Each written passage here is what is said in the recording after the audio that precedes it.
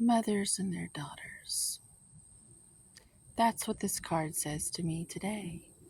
Um, if you'll notice, she has a white cape on, but today it's just a shade of gray.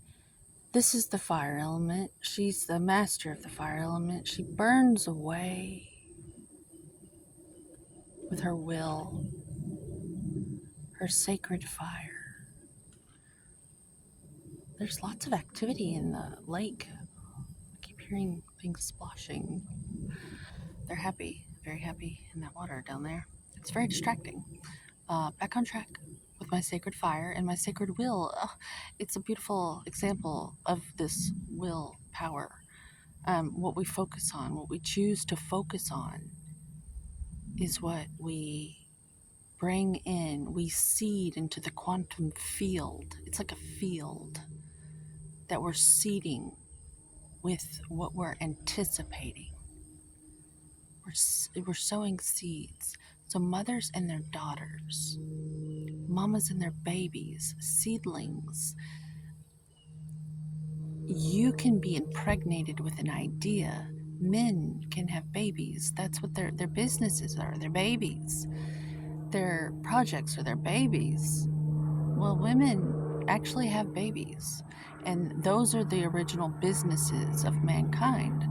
Uh, the business of motherhood, which is why women have been gifted to such a degree,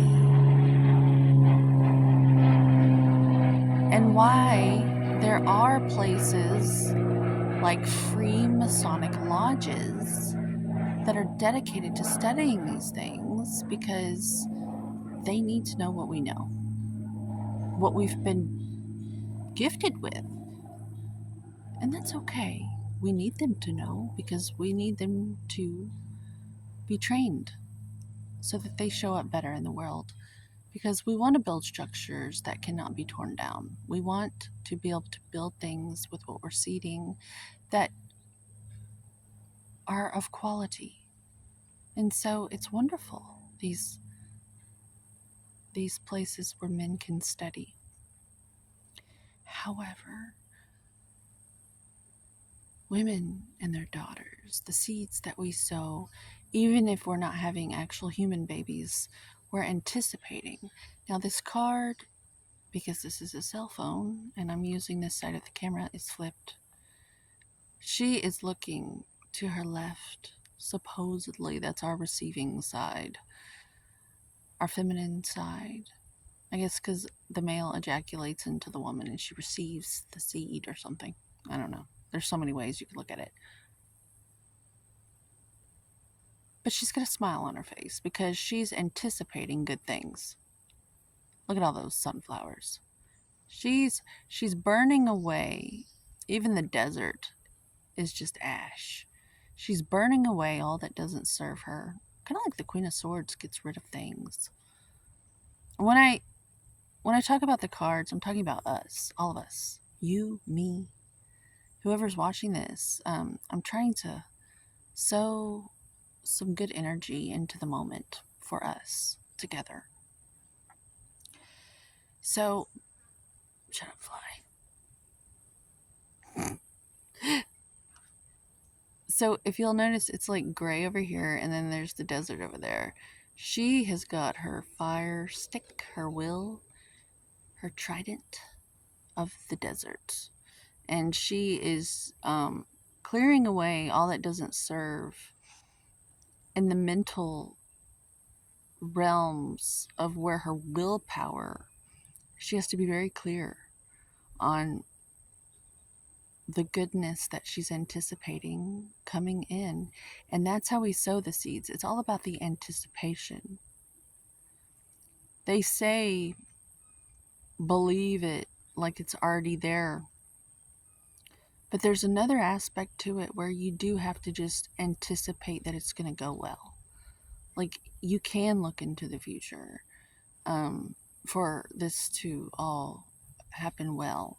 You visualize, like sports psychology. Sports psychology is the best at learning how to develop your abilities to remain optimistic and sow seeds of good things coming in the pipeline.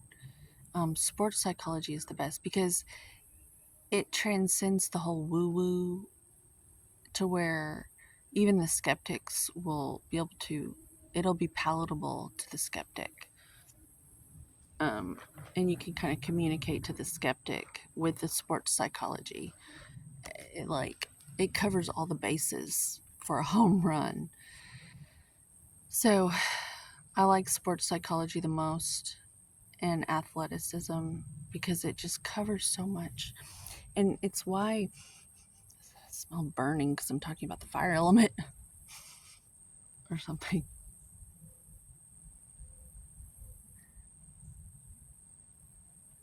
For myself, for me to function, I have to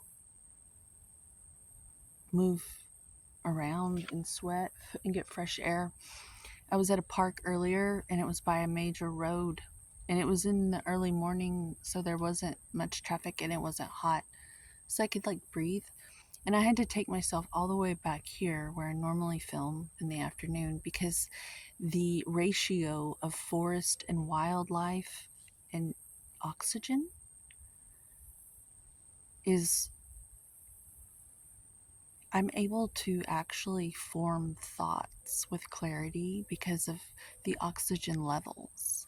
Like, it's very logical, um, very simple, that we need to breathe fresh air and move our bodies. But I think it gets overlooked because it is so simple. And we think we're like these superhumans who can zoom around on in these suburban areas and be able to be like functional in the mental health realms. And that is where everybody's getting lost in the sauce because it's these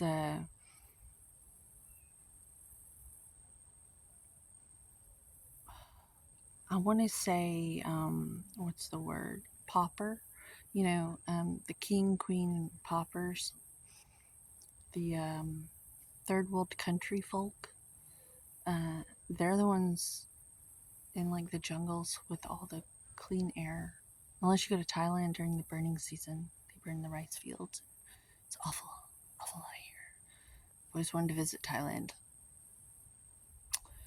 But for the most part, like these simple things that don't cost anything, that's where the true wealth is. And that's where we are to focus our will if we want to be truly wealthy. Uh, just clean air, clear thoughts, the quality of the state you're in. That is what we're all after. Like a good state of mind. No matter what you achieve, no matter what kind of car you drive or what house you live in, what kind of clothes you have, the long and the short is the energy state you get to be in most of the time, your frequency, and uh, your experience here. What are you sowing?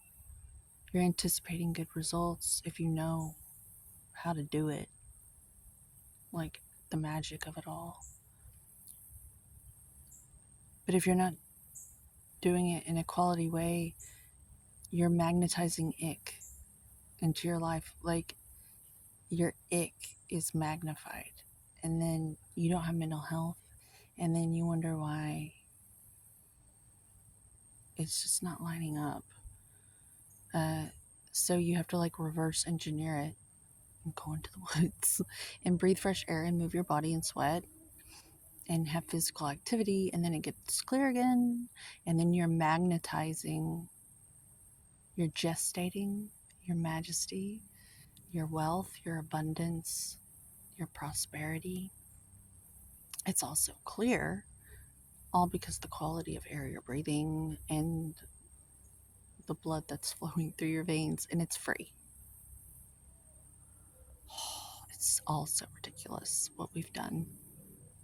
the chase, you know, to stop chasing. Like this cat here, it's just sitting there. It's not chasing a thing because it doesn't need to.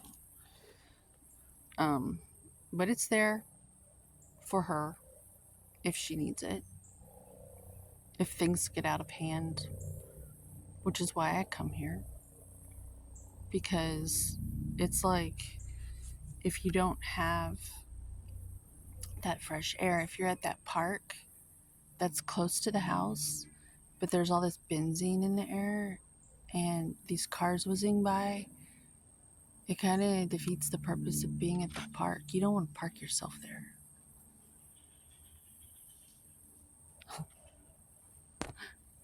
The squirrels are laughing at me. So, squirrel medicine is very inspiring to me because they're the ultimate creatures of faith. In my mind, they don't have wings. They literally raise their young really high up in the trees. And they're always taking leaps of faith. And they're always laughing at my jokes. And they're the ultimate athletes. And they're considered vermin to some, but I think they've got a pretty good reputation and they're able to live amongst us. And they plant trees. They're just so cool. And that ties into this because when you have that sacred fire and you know you have the ability to bring stuff in a way where other people may have been persecuted for it in the distant past, that's a lot of weight and a lot of responsibility. And sometimes we can take it too seriously. And that's about the time where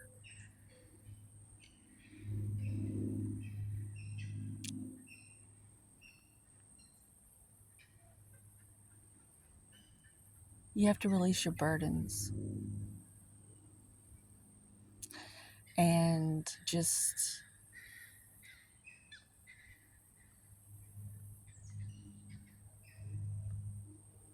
come out and observe.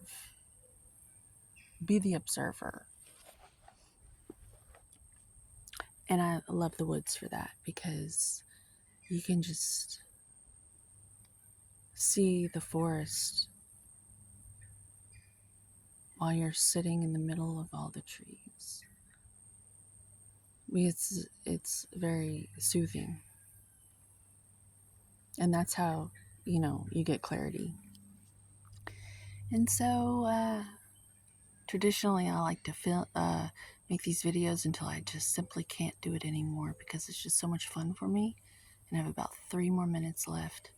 But I'm going to be a professional, try to be professional here and organized. Just enjoy that gift, the funding of the energy that we all get every day.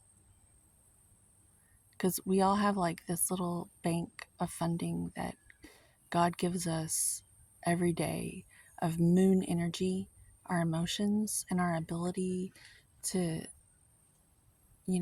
feel in this realm and co-create with our attention span and what we choose to concentrate on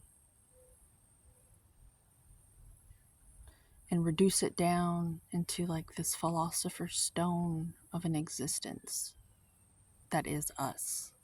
Like we're all just these rocks, these crystals that can, you know. Today's very beatnik and poetic. It's like a flow.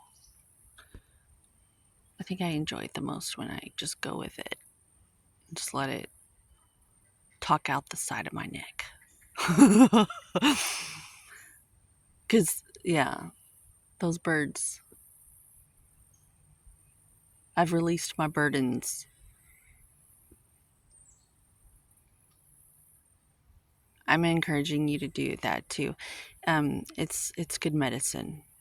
That's why they used to dance around the fires and just like lose like they would like get out of their way and like just dance to where they would like lose the seriousness of it all. It's like a refreshing shaking out of the blanket sort of situation. Like in my body, I feel so at ease right now. Like normally places that are tense are not at all. Like I have pain relief right now in a way that I used to think I needed pills for. Just being silly and not making sense. Like to me, I'm not making sense. And the ability to be flexible in today's world in that way is probably the greatest medicine I can contribute, because it's the rigidness of looking normal that gets most of